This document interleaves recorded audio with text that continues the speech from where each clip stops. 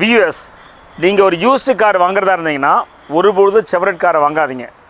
ஏற்கனவே நான் வீடியோஸ் போட்டிருக்கேன், நிறைய பேர் கமெண்ட்ஸும் கொடுத்துருந்தீங்க. சார் செவரட் கார்ஸை வந்து வாங்க வேண்டாம்னு சொல்கிறீங்களா, அது என்ன கார் தெரியுமா, அது யூஎஸ் காரு, அது ஜெனரல் மோட்டார்ஸோடைய ஒன் ஆஃப் த பிராண்டு, அந்த காரை பற்றி உங்களுக்கு என்ன தெரியும், அந்த பிராண்டை பற்றி என்ன தெரியும்னு சொல்லி கேட்டிருந்தீங்க.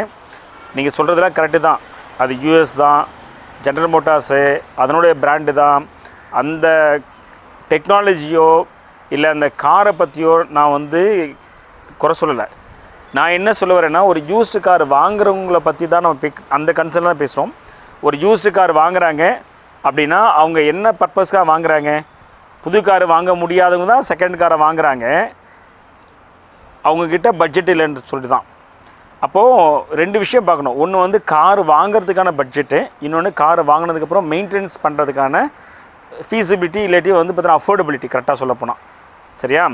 இப்போது புது கார்லையாச்சும் நீங்கள் வந்து மெயின்டெனன்ஸ் அஃபோர்ட் பண்ண முடியும். ஒன்லி திங்ஸ் வந்து பார்த்தீங்கன்னா காரை தான் நீங்கள் வாங்குறதுல அஃபோர்டபிள் பண்ண முடியாது. அந்த பட்ஜெட் தான் உங்களுக்கு வந்து பிரச்சனையாக இருக்கும்.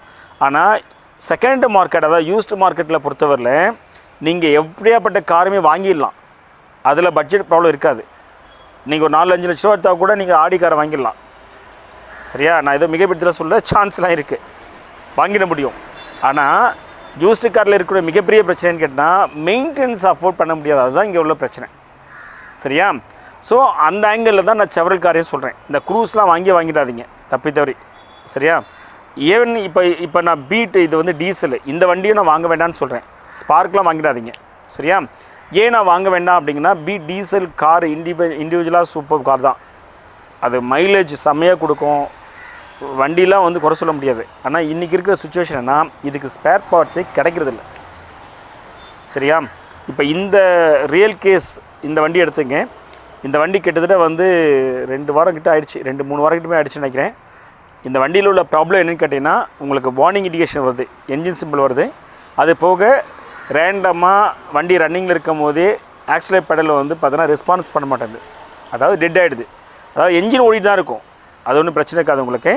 அட்லீஸ்ட் நீங்கள் செகண்ட் கியர் போட்டாச்சு நீங்கள் வந்து வண்டியை நீங்கள் வந்து பார்த்தீங்கன்னா மூவ் பண்ணிக்கலாம். லெஃப்ட்டோ ரைட்டோ போட்டு உடனே ரோட்டில் நின்றுச்சு நான் நின்றுடுதும் அப்படின்னு சொல்லலை. ஆனால் என்ன ப்ராப்ளம்னா, ஆக்சிலேட் பெடல் ரெஸ்பான்ஸ் பண்ணாது. பிறகு நீங்கள் இக்னிஷன் ஆஃப் பண்ணிட்டு திரும்ப ஆன் பண்ணி ஸ்டார்ட் பண்ணினா திரும்ப ரெஸ்பான்ஸ் பண்ணும். ஆனால் திரும்ப எப்போ இது இப்படி ஆகும்னு தெரியாது. ஸோ இந்த மாதிரி காரை நீங்கள் ஓட்ட முடியாது இல்லையா? இந்த காரை தான் நம்மக்கிட்ட கொண்டு வந்தார் இந்த கஸ்டமரு. நம்ம டயக்னோஸ் பண்ணி பார்த்து என்னென்னு கன்க்ளூஷன் பண்ணோம் அப்படின்னா, இந்த வண்டியோட ஆக்சிலேட் பெடல் தான் வந்து ஒர்க் ஆகலை அப்படின்னு சொல்லிட்டு. சரி, ஆக்சிலேட் பெடல் ஒர்க் ஆகலை, ஆக்சிலேட் பெடல் வாங்குறதுல என்ன பிரச்சனை சார், அது சிம்பிள் தானே அப்படின்னு நீங்கள் நினைக்கலாம். ஆனால் அந்த ஆக்சிலேட் பெடலில் தான், அந்த ப்ராப்ளத்துக்காக தான் வந்து கிட்டத்தட்ட 3 வாரத்துக்கு மேலே இங்கே வண்டி நின்றுருக்கு. இந்த ஆக்சிலேட் பெடலில் முதல்ல வந்து புதுசு கிடைக்குமா ட்ரை பண்ணி பார்த்தா கிடைக்கல. சரி, ஒரு யூஸ்டு மார்க்கெட்டில் உங்களுக்கு தெரியும் புதுப்பேட்டையில் வந்து வாங்கி போட்டப்போ அது அன்றைக்கி போட்டுறச்சு நல்லா இருந்துச்சு. ஆனால் கஸ்டமர் அதிகமாக ஓட்டலை அப்படின்னு சொல்லியிருந்தார் என்கிட்ட வந்தப்போ. வித்தின் ஸ்பேன் ஆஃப் வந்து அவர் ஒரு 3 வீக்ஸ் கழிச்சு திரும்ப வந்தார். பார்த்தீங்கன்னா திரும்ப அந்த கம்ப்ளைண்ட், அதாவது சேம் டிட்டோ கம்ப்ளைண்ட் இல்லாமல் ஆல்மோஸ்ட் அதே ஆக்சிலேட் பெடல் ரெஸ்பான்ஸ் பண்ணலங்கிறதா வச்சுக்கேன். எரர் கூட ஒன்றா டிஃப்ரெண்ட்டாக இருக்கும். திரும்ப அந்த கம்ப்ளைண்ட் வந்துருச்சு. இப்போ எங்களுக்கு உள்ள பிரச்சனைன்னு கேட்டால், இந்த ஆக்சிலேட் பெடல் ரிட்டர்ன் பண்ணவும் முடியாது. சரியா? வாங்க மாட்டாங்க.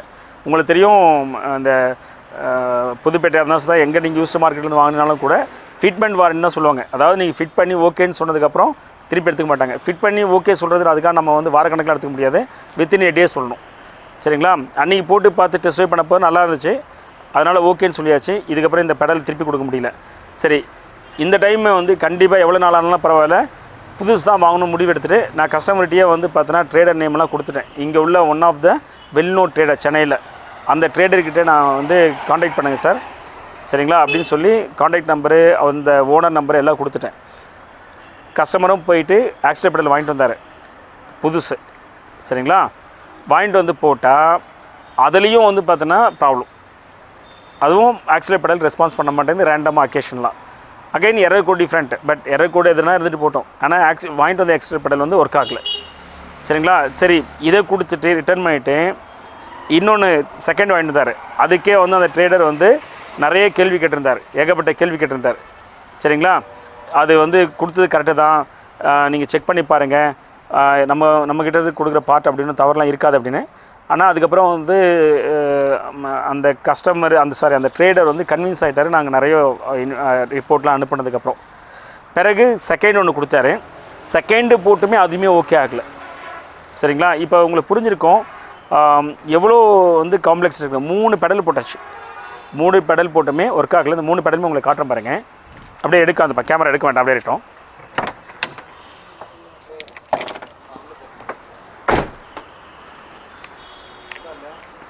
இங்கே பாருங்கள், 3 பெடலும் போட்டுமே ஓகே ஆகலை.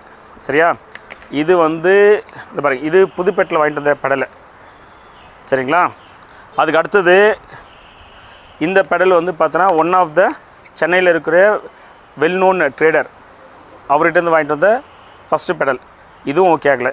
அதுக்கு அடுத்தது இந்த பெடல், இதை போட்டு பார்த்தோம், இதுவும் ஓகே ஆகலை. சரிங்களா? ஸோ இப்போ புரிஞ்சுக்க உங்களுக்கு, ஒரு சாதாரண பெடலுக்கு இப்படி இருக்குது. இப்போ 2 சேலஞ்சஸ் இருக்குது உங்களுக்கு. என்னென்னா 2 இல்லை 3 சொல்லலாம். ஒன்று வந்து பார்த்தோன்னா உங்களுக்கு பார்ட்டு கிடைக்கல, 2வது கிடைக்கிற பார்ட்டு இந்த மாதிரி இருக்குது. சரிங்களா? 3வது என்ன ஆகுனா, இந்த பார்ட்டு திருப்பி நிறைய கொடுக்க முடியாது. So cost. சரிங்களா? இவ்வளோ பிரச்சனைகள் ஒரு செவரல் கார் வாங்கினீங்கன்னா இவ்வளோ பிரச்சனைகளை ஃபேஸ் பண்ணிட்டு இருக்கும். அதனால தான் என்ன சொல்கிறேன்னா, செவரல் காருக்குள்ள வந்து பார்த்தோன்னா நம்ம தவிர்த்துற சொல்லி சொல்கிறோம். சரியா? மற்றபடி கார் மேலே நமக்கு தனிப்பட்ட விருப்பம் இருப்பெல்லாம் கிடையாது. இண்டிவிஜுவலாகவே எனக்கு பர்சனலாக பார்த்தீங்கன்னா செவரோட க்ரூஸ் ரொம்ப பிடிக்கும். ஆனால் அந்த க்ரூஸ் வாங்க வேணாம்னு சொல்லுவேன் செகண்ட்ஸை பொறுத்தவரையில். 2 அதாவது நான் வந்து கான்ட்ரடிக்ஷனாக இல்லை. சரிங்களா? ஒரு சைடு இப்படி அப்படி சொல்லலாம், ப்ராக்டிகாலிட்டி சொல்கிறேன். நான் காரு பர்சனலாக அந்த காரை ஓட்ட பிடிக்கும். ஆனால் பர்சனலாக அந்த காரை வந்து நான் யூஸ்ட் காரை வாங்கவே மாட்டேன். ஏன்னா அது மெயின்டெனன்ஸ் வந்து பார்த்தீங்கன்னா அஃபோர்டபிலிட்டி கிடையாது, ஸ்பேர் பார்ட்ஸும் கிடையாது, மெயின்டெனன்ஸ் காஸ்ட்டும் அஃபோர்ட் பண்ண முடியாது பொறுத்தவரையில். இது உங்களுக்கு காஸ்ட்டும் உள்ள அஃபோர்ட் பண்ண முடியும், ஆனால் ஸ்பேர் பார்ட்ஸ் கிடைக்கல. நான் சொல்ல பீட்டு க்ரூஸ் வந்து பார்த்தீங்கன்னா ஸ்பேர் பார்ட்ஸும் கிடைக்காது, உங்களுக்கு ஸ்பேர் பார்ட்ஸும் அஃபோர்டபிலிட்டி கிடையாது. நான் செகண்ட் கார் வாங்கக்கூடிய அந்த அவங்களுடைய வந்து பார்த்தீங்கன்னா ஃபினான்ஷியல் ஸ்டேட்டஸை வச்சு சொல்கிறேன். சரிங்களா? எல்லாருக்கும் சொல்ல வரல உடனே சார் க்ரூஸ் வந்து பார்த்தீங்கன்னா இன்றைக்கி தேதியில் அது எவ்வளோ காசு தெரியுமோ அதெல்லாம் நான் அப்படி பண்ணவே இல்லை. நான் பேசுகிறதே வந்து அந்த middle class and lower middle class அவங்கள பற்றின கன்சர்ன் தான் இவ்வளோ பேசிட்டு இருக்கோம். சரியா? நம்ம சேனலை இன்னும் நீங்கள் சப்ஸ்கிரைப் பண்ணால் ப்ளீஸ் சப்ஸ்கிரைப். தேங்க்யூ. இது பாருங்கள், இந்த பெடல் வந்து பார்த்தீங்கன்னா நம்பர் 1 போட்டிருக்கா. சரியா? இந்த பெடல் தான் நான் இப்போ வந்து இப்போ வந்து கிளியர் பண்ணிட்டேன். இப்போ எதுவுமே இல்லை, இன்னும் எரர் கோடு. இப்போ நான் வண்டியை ஸ்டார்ட் பண்ணுறேன், ஸ்டார்ட் பண்ணிட்டேன். இப்போ ஸ்கேன் பண்ணப்பா. இப்போ நான் ஸ்கேன் பண்ணுறேன் பாருங்கள். இங்கே பாருங்கள், 2 எரர் கூட வருதுங்க. 2123 2138 2 எரர் கூட வருது. இது இந்த பெடல். சரியா? ஆனால் இப்போ இதை பெடல் எடுத்துகிட்டு அடுத்தது இந்த பெடல் போட்டிருக்கேன். இது வந்து நம்பர் 2 பெடல். சரிங்களா? இப்போ இதை நான் டிடிசி கிளியர் பண்ணுறேன் பாருங்கள். இதுவும் இக்னிஷன் ஆனில் தான் இருக்குது, என்ஜின் இன்னும் ஸ்டார்ட் பண்ணவே. கிளியர் பண்ணால் கிளியர் ஆகுதான்னு பார்த்தா கிளியர் ஆக மாட்டேங்குது பாருங்கள். 2 எரர் கூட காட்டுது ஆல்வேஸ் இது. சரிங்களா? வண்டி இப்போ ஸ்டார்ட் பண்ணவே இல்லை, இக்னிஷன் ஆனில் தான் இருக்குது. கிளியர் பண்ணாலும் கிளியரே ஆகலை பாருங்கள். ஆனால் இது கார்லேயே இருந்த பெடல் சீன் போட்டிருக்கோம். இந்த பார்த்தா தெரியுங்க பாருங்கள், சீன் போட்டிருக்கா. ஸோ இதை நான் வந்து பார்த்தோன்னா கிளியர் பண்ணாலும் கிளியர் ஆகலை. 2122 2127 அப்படின்ற 2 எரர் கூட ஆல்வேஸ் இருக்குது. இங்கே பாருங்கள், இப்போ கிளியர் பண்ணுறேன், கிளியரே ஆகலை. சரிங்களா? ஸோ ஒவ்வொரு டைமும் எரர் கோடு வந்து வேறு இருக்குது. ஒவ்வொரு பெடல் போட்டாலும் ஒவ்வொரு எரர் கோடு இருக்குது. ஒரே மாதிரியான பெடல் எரர் கோடு இல்லை. ஸோ இது வந்து பெடல் தான், ஆக்சிடென்ட் பெடல் தான் ஃபால்ட்டு.